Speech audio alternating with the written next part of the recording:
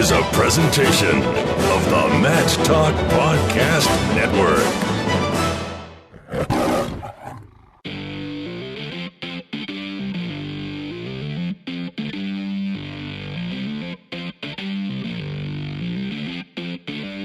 It's time for the ODU Wrestling Monarch Matchcast, a show dedicated to all things related to the Old Dominion Wrestling program. On the web at monarchmatcast.com. Now, here's your host, three-time National Wrestling Writer and Broadcaster of the Year, and 2004 ODU alumnus, Jason Bryant. Approaching the postseason, we've got one more home duel to go with Old Dominion Wrestling as we are entering episode 40 of the Old Dominion Wrestling Monarch Matchcast. Joining us from the road is associate head coach Mike Dixon, back on the program for the first time since November. Coach Dixon, life on the road, recruiting, it never seems to end. No, not especially this time of year. You know, you got all your high school state tournaments coming up, so it's going to be a grind for about 6 weeks. Just personally and for us as a team. So we got, like you mentioned, conferences coming up, and then obviously NCAAs, and then we're trying to fill in some holes for the remainder of this recruiting class, and, you know, looking forward to the class of 2018 already. So, yeah, when you go out on the road and look at state tournaments, how has life changed from your first year on staff and having to explain to some people maybe yes we're Division I, yes we have scholarships, to we've had a guy in the finals. I mean, there's obviously been a progression in image and exposure for the program. Sure. I mean, like you mentioned before, I had to do a lot of explaining in the beginning, just where Old Dominion was, what conference we were in. Yes, we were Division I, just kind of introducing everybody to the school. You know, now when I go out the road, people know exactly who we are. They know the type of program we are. They know we produce quality kids, and it's obviously we're just trying to get those. The biggest thing is the right fit for us. Sometimes, you know, you have some hit and misses with recruiting, but I mean, the biggest thing, what I've learned over my time recruiting, is you don't necessarily need the best guy. Obviously, you'd like to get the best guy, but if he's not the right fit for your program, that's not the guy to go after. You want somebody that fits in both on and off the mat, that fits in with the climate of your university, that fits in the climate of the community. Obviously, is going to do the right thing with the program. Once those things hit, that's kind of once you develop a culture. Once you get a culture, that's where you see jumps and levels in your program. That's kind of what we're looking for. And you know, we've done a lot of good work the last couple of years. Our team is pretty young, but I think our team is ready to take the next step here in the next couple of years. But like I said, we're trying to fill in some needs with some needed weight classes. So that's why both me and Coach Hutter were on the road next couple of weeks here. And yes, we're also that team with the short guy who barks instructions throughout the beginning and end of the match. So that's one thing you gotta clarify there. That's true. Now, as we look at this season, 6-10 in dual meets, 2-5 in conference. There's been some lineup shifts. There's been a lot of freshmen in the lineup right now. 6 freshmen, 2 of them true freshmen, and one of which, Kevin Budak, you pulled out a red shirt right in time for the Virginia duels. When it comes from a staff decision, I mean, how much of this is the kid ready versus the needs of the program? I mean, Kevin was pretty highly ranked coming out of high school. Thought it was redshirting him beginning of the year, and then Virginia duels, he's out there. He's got a couple good wins and solid showing so far. But what was the decision behind pulling him at 141? It's just kind of looking at his results, seeing how he competed. Number one in practice. I mean, the biggest thing what we do is when we look at kids is what's their effort like in practice. You know, how are they handling things off the mat? Because when going to an open tournament, it's a different thing because open tournaments are generally either Saturdays or Sundays. You got a 2-hour weigh-in, and certainly with a bunch of freshmen. Versus when you're going on the road for a dual meet, all of a sudden you got a 1-hour weigh-in. You know, you're traveling with the team, a bunch of older guys, and a lot of times with those freshmen, it's a bunch of people that they don't necessarily know. So we want to make sure they're fitting in all those other aspects. And obviously the wrestling portion is very, very important. We want to make sure that, A, they can be competitive. You know, we want to pull a kid out that is not going to be able to represent himself and not going to be able to be competitive.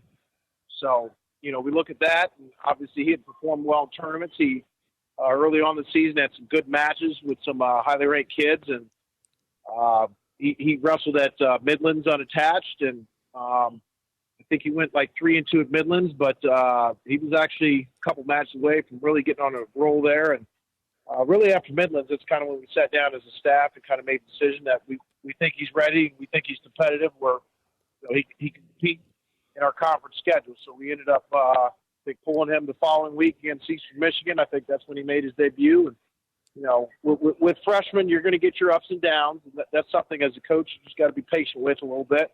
Obviously, you like a lot more ups than downs, but there is a learning curve to being a freshman, and it's just obviously you'd like them to listen to you a little bit more versus learning by trial and error, as 18-year-old kids try to do. Is, you know, they want to do it on their own and figure it out on their own, but sometimes I try to tell them it's a lot easier if you just listen to the coach. But as long as we're on the same page, it's kind of what we're looking for. But, you know, we got a few, like you mentioned, we got a few guys in that situation. They're all learning. They're all getting better every day.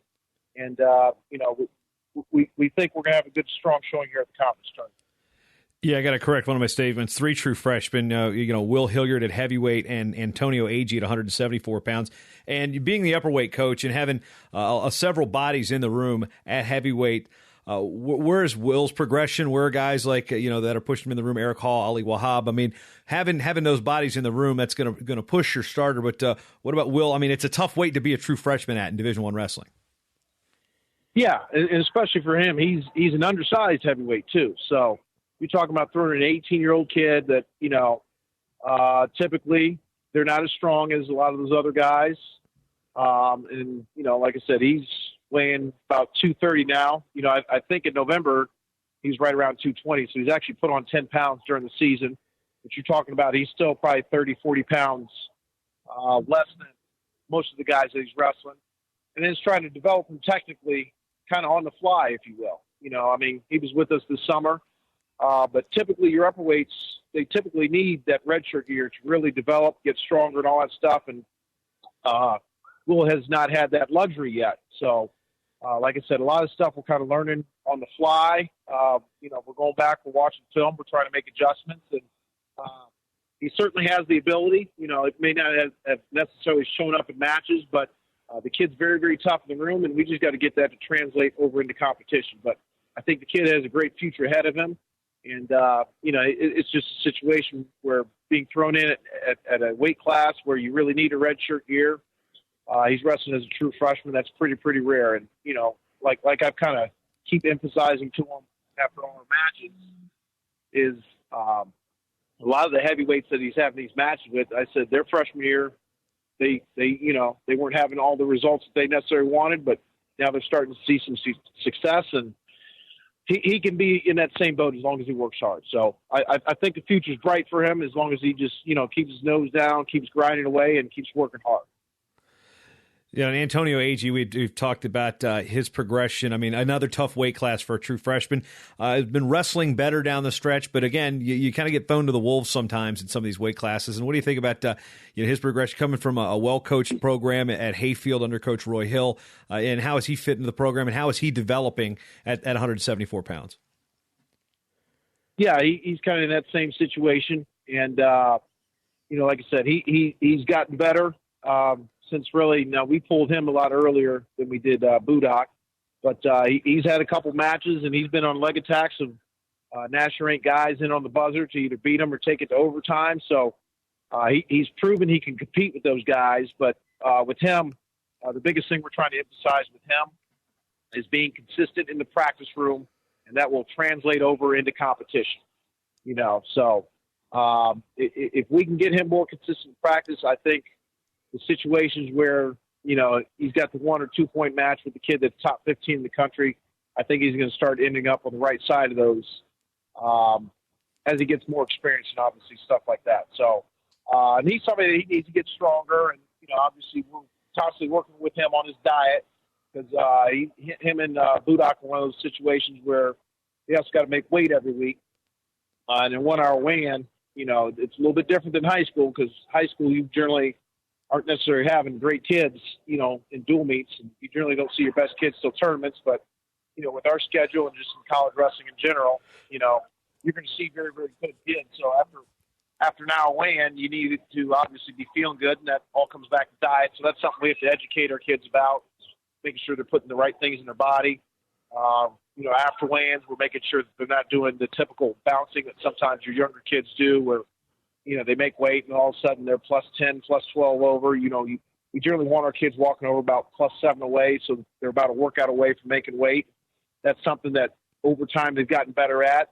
They kind of understand a little bit more versus some of our other freshmen that are redshirted, just because they've been in the lineup. So that's something we're trying to get consistent with. And as they gain more and more confidence, I think good things are going to happen for him. So, he's somebody that he's very, very capable of knocking off top 20 kids. It just needs to happen for him. Yeah, we touched on this a little bit with Mikey Hayes, who apparently said he rocked his interview the last time we had him on the show. I believe some people within the campus believe otherwise, but I touched on this a little bit, and that's the insertion of Larry Early in the lineup, transfer from Minnesota. This is a guy you've recruited Illinois hard. You have a pre-existing relationship with his high school coach, Mike Powell. What's Larry been able to do for the lineup? Obviously, there's a win there. They got a dual meet win over Ohio, but Larry at 57, wrestling pretty well right now. Yeah, actually, his dad asked me after one of his matches, what did I think? And he was a little rusty, he was a little sloppy. That's kind of what I told his dad. But I think he had a pretty good weekend last weekend where he wrestled the Ohio and the American kids, and he was pretty consistent. The thing that a lot of our fans have mentioned to me and brought up to me about Larry is he puts points on the board. He can score points pretty much at will. He's a long, lanky kid. He's always dangerous. He comes from a pedigree of one of the top high school programs in the country at Oak Park River Forest. So he's wrestled at a high level at high school. And obviously, he wrestled at Minnesota, and then he transferred over here, and he was able to step in the lineup. And he's done some great things for us so far. And obviously, we're just trying to get him consistent, trying to get his weight down a little bit so he can obviously perform at a high level. And, with him, it's just trying to get him better every week, So that's he wasn't necessarily getting the mat time at Minnesota, but he's fortunate to hear we're here where he's able to get some mat time, and we're looking for good things for him in the future. But like I said, he's somebody that he's got great workout partners around him too. Mike Hayes and Selvin Wright, Josh Demas. So he's got some great people in the room. Abner Romero is another kid that he works out with. And I just, being a redshirt freshman, he's got 3 more years after this. So I think a lot of good things can come from Larry Early, which hopefully that'll kind of spread throughout the room. One of the things that's always tough on a staff is, it's not just the personnel changes of people coming in, but people leaving the program. How much does that weigh on you and Coach Barton when kids ultimately decide that this isn't for them anymore? That's always tough, because, you'd like to see everybody, see it out. And, obviously wrestling, we're in a sport where it's not like football or basketball where, you can get some kids some playing time here or there. I mean, obviously there are tournaments that we can throw people in. But, one of the great things, and I guess one of the bad things about wrestling is in the end, you got to be the guy. And, like I said, we got a roster of 30 some kids. There's only 10 weight classes. So that means 20 people aren't the guy, so you try as a coach to do what's best for the kid, and the kids understand when they come into the program that in the end the best guy is that's going to be the guy that's wrestling. So it's nothing. It's never anything personal when we make decisions in terms of who's starting for us. But we certainly want kids to just as a life lesson, basically see their commitment out, because we think that's an important life lesson for them. That sometimes you do work hard, sometimes you put everything you have into something, and sometimes you just don't achieve your goals. That's just life sometimes. But we want kids to learn how to persevere and deal with adversity and go through some things. And then once they're able to do that at this young age, when they go through life, whether it's they go through marriage or, whatever obstacles they have later on in life, they can kind of reflect back to college and say, why I had a situation in college and I had a choice and I made the choice to persevere through it. And I ended up better because of it. So, you can apply that to real life situations. So that's what we hope for kids. And obviously we don't ever want to see kids. The only time we want to see kids leave is when they've exhausted their eligibility. We're shaking their hands, at the end of the day because they're getting their diploma. That's a dynamite drop, and it's like I almost set it up for you to talk about Senior Day at the TED as the last home duel of the year against Kent State, which has become a real fierce rivalry. Neither program having like a stellar year by any means, but Kent State coming in 2-14, 0-7 in the MAC. ODU with flashes, as we said, flashes of ups and downs, 2-5 in conference with wins over Ohio and Northern Illinois, and then some close losses, 6-10 over on dual meets.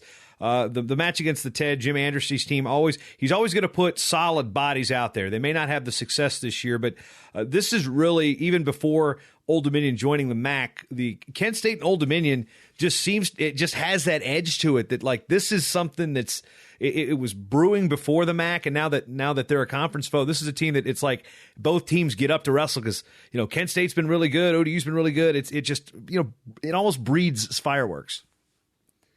Yeah, and both coaching staffs kind of get into it. And like I said, they got a bunch of tough, hard-nosed. Most of their kids, I think, are from Ohio or Pennsylvania. So obviously they have great wrestling background. And Coach Anderson and his staff, they do a good job with their kids. And they're kind of in a similar situation to us. I know last year they had a bunch of seniors, and this year they're pretty young, just like us. And they've had to wrestle some young bucks out there, but they still got some good, solid kids. And they've been a solid program for a while, and I know this is not a typical year for them, and that's not something that they're used to. But we expect them to come in and fight hard for us. And every duel for us this year has been a battle, so we don't expect anything different from Kent State. We know we're going to have to fight for everything, and hopefully we can end this match on a roll and get some of our guys some needed confidence and hopefully a little bit of rest before we, head into the conference tournament. But it's definitely going to be a scrap. It's generally pretty exciting. I know a couple years ago, I think we had a little bit of controversy, and then last year they kind of thumped us a little bit up at their place. So, trying to hopefully we can return the favor this year. Yeah, with the seniors, we'll talk about the three that are going to be honored there at the match. Kevin Johnson, a Virginia native, he started his career at Division II Anderson University and then came in, and his career was cut short, medically unable to compete anymore, at least in terms of wrestling program. But he's been around the program. He's got his degree. What's Kevin Johnson meant to the program? He's been a great leader, model kid on and off the mat. One of those kids, he comes in, works hard every day, and he actually graduated in December. So, that just shows his fortitude and his work ethic. So he already has his degree. But, like I said, unfortunately, his athletic portion of his career was cut short, but we still want to honor anybody that's part of a program.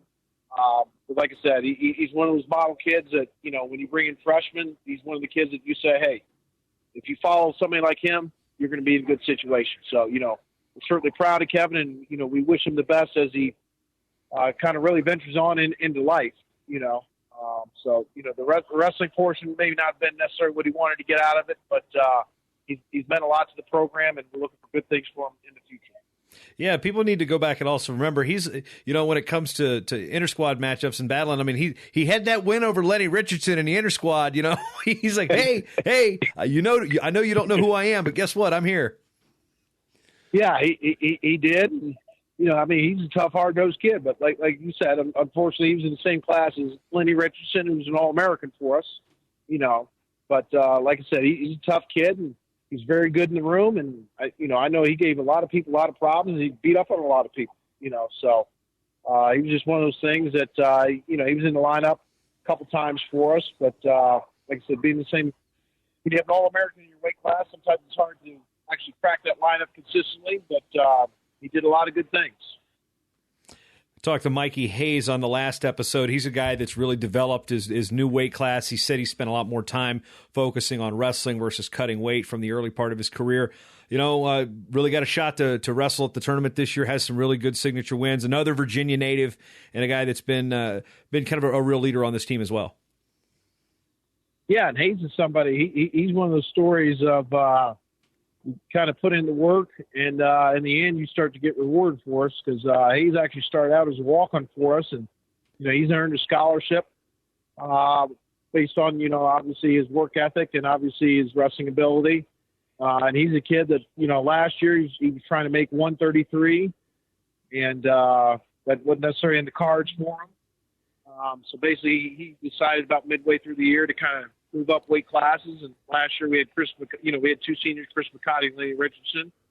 So basically, second half of the season, he was able to kind of start focusing on his technique and his strength, weight training, all that stuff. And he wrestled 49. And I think at the beginning of the year, there's probably a little bit of adjustment just because when you jump a couple weight classes, there's a little bit of difference, and you're dealing with a strength issue and all that stuff. The year didn't start out the way he wanted it to, but really since the calendar's turned, he's had, like you mentioned before, some good signature wins. He's been fairly consistent here second half of the year. If he had been that way the whole year, I think he'd probably be closer to, the top 10, top 12. But it kind of is what it is. But he's somebody, he's been in the national rankings probably about the last 2 months.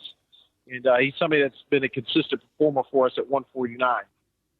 So, it's a good way for Hayes to kind of close out his senior year. And I know he's looking to get on that podium. And, when he had the signature win over Jeffries at Oklahoma, I think that at least in his mind, he finally was like, okay, I can compete with all these guys. So really it's just making sure his mind's right going into the conference tournament, the national tournament, and, great things can happen for him because he's certainly very talented. And I know Chris McKay tells us all the time, like, hey, this kid's good. And, it's just good to see that he's finally putting that stuff together. Jack Decco, All-American as a freshman, 184-pounder, been ranked in the top 10, top 12 his entire career. As Steve Martin talked about him when he was young, he's like, well, where he's a football player, we're trying to teach how to wrestle. How much of a wrestler now is Jack compared to as he was a football player coming on as a freshman with a good double leg? Oh, he's all wrestling now. He's Jack's on right now. I think mentally he's in a good spot. And he's tough and good and strong in all three areas now. Early in his career, I think he relied a lot on just takedowns to win him a lot of matches. But generally, as you get older, you start to figure out that people start figuring you out. You have to figure out other ways to win. So, he's finally started to figure out that riding people is just as important as taking them down. Obviously you want to be able to do everything, but he's riding guys tough now. He's working to try and actually turn people, which is a good thing. And he's starting to become one of those dominant wrestlers. And the dominant wrestlers, those are the guys that win titles. Jack is certainly one of those handful of guys in his weight class. He's probably got one of the tougher weight classes in the country. But I would, I'm not allowed to gamble, but if I were a gambling man, I'd certainly put my money on Jack Decco because, I have to wrestle him every week and the kid's tough. And I used to be able to take him. I can no longer do that anymore. So, he's going to be a tough one. And I'm looking forward to the NCAA championships as well as the MAC championships to see how he's going to close out his career. Yeah, as we move towards the MAC championships again there at West Gym at the campus of the University of Northern Iowa in Cedar Falls, a wrestling mecca, so to speak. There have been a lot of great wrestlers and Olympians and national champions come out of West Gym. It's historic. It's loud. Coach Martin's talked about that and how the fans are on top of you.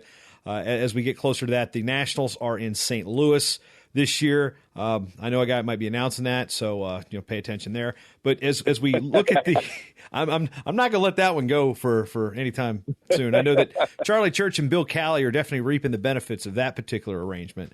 But as we look at this season and you're focusing on what the guys that are expected to contend for All-American honors, let's talk about Jack and Beasley specifically right now, because those are the guys you work with majorly. Beasley tweaked something at the Midlands. What's his progress? How close to 100% is he going to be? Because we noticed he was out for the American duel, and then Jack's always said that if he hasn't lost anyone bad at the national tournament ever. So it's one of those things where an opportunity to get two guys through that are real close. will help erase a 6-10 season if you're in the top 20 at the Nationals. But what's the status with Beasley, and what do these guys got to do to finish up strong, win conference titles? And although at 97 conference titles got to go through Jaden Cox, an Olympic medalist, but what do these two guys got to do to prepare for March, be 100%, and be ready to place in St. Louis? The good thing about those two guys is they've been there before, so it's not they're not going to be walking into St. Louis, with all. Sometimes you get your freshmen with these big bug eyes at the national tournament. There's 17,000, 18,000 people there. They know they're there. They're on a mission. They know they're there to accomplish a job, and they're going to be pretty focused. They've been very, very, very focused in the practice room. We've been doing a lot of individual one-on-one work with those two guys specifically. Kind of pulled them out of team practice a couple times a week so we can work on things specific to them to get them ready for March. I think both the guys they're both on a roll. As far as Beasley goes, he did tweak.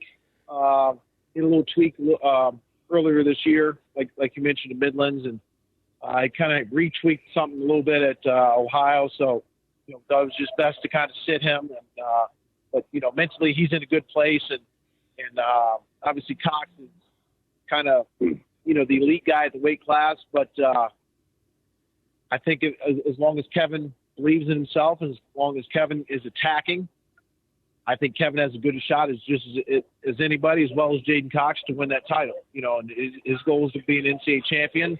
And, we saw Cox earlier in the year and he had a tough go about it. But it's just one of those things that we're going to need a little bit of strategy against Cox to wrestle when that opportunity presents itself. I think we'll be ready. And speaking of the MAC, what's good for us is basically we get an extra preview at Cox should we see him in the conference tournament as well. So, but I think they're both in good spots. They're both healthy, both ready to go. Him sitting out the American matchup is kind of more of a precautionary measure. But if All-American status or national championship were on the line, he's ready to wrestle, ready to go. But, both those guys are in good spots. They're very focused. They've eliminated outside distractions to where basically all they're taking care of is their academics and their wrestling. And that's what you want really out of all 10 guys. Sometimes the younger guys, you got to kind of try and tell them to, start eliminating some other things out of their life that they don't necessarily need. But those guys are in good spots, and we try to encourage them to kind of talk to some of our younger guys too, because those are the guys that the younger guys are going to look up to. So we want to make sure that once those guys graduate, kind of the knowledge that they've had in the room, what's helped them become successful, is passed along. That's always helpful, because as a coach, you want the kids being able to talk and communicate to each other, not just everything coming from the coach. So that's good. And Kevin's a great leader in the room. Jack's a great leader in the room as well. And, we have a good group. We feel confident about our group. And like I said, I think some good things are going to happen for us at the MAC tournament.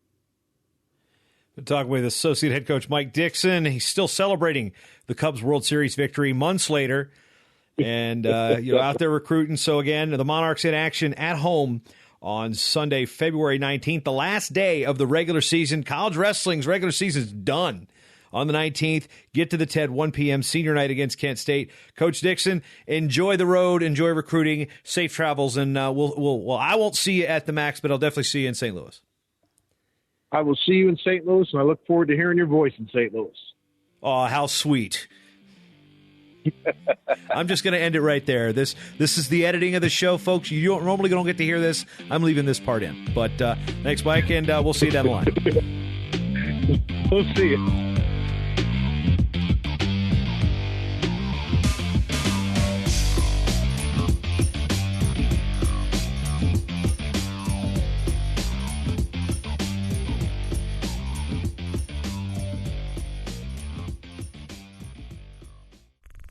This show is part of the Matt Talk Podcast Network. For more wrestling podcasts, head over to MattTalkOnline.com.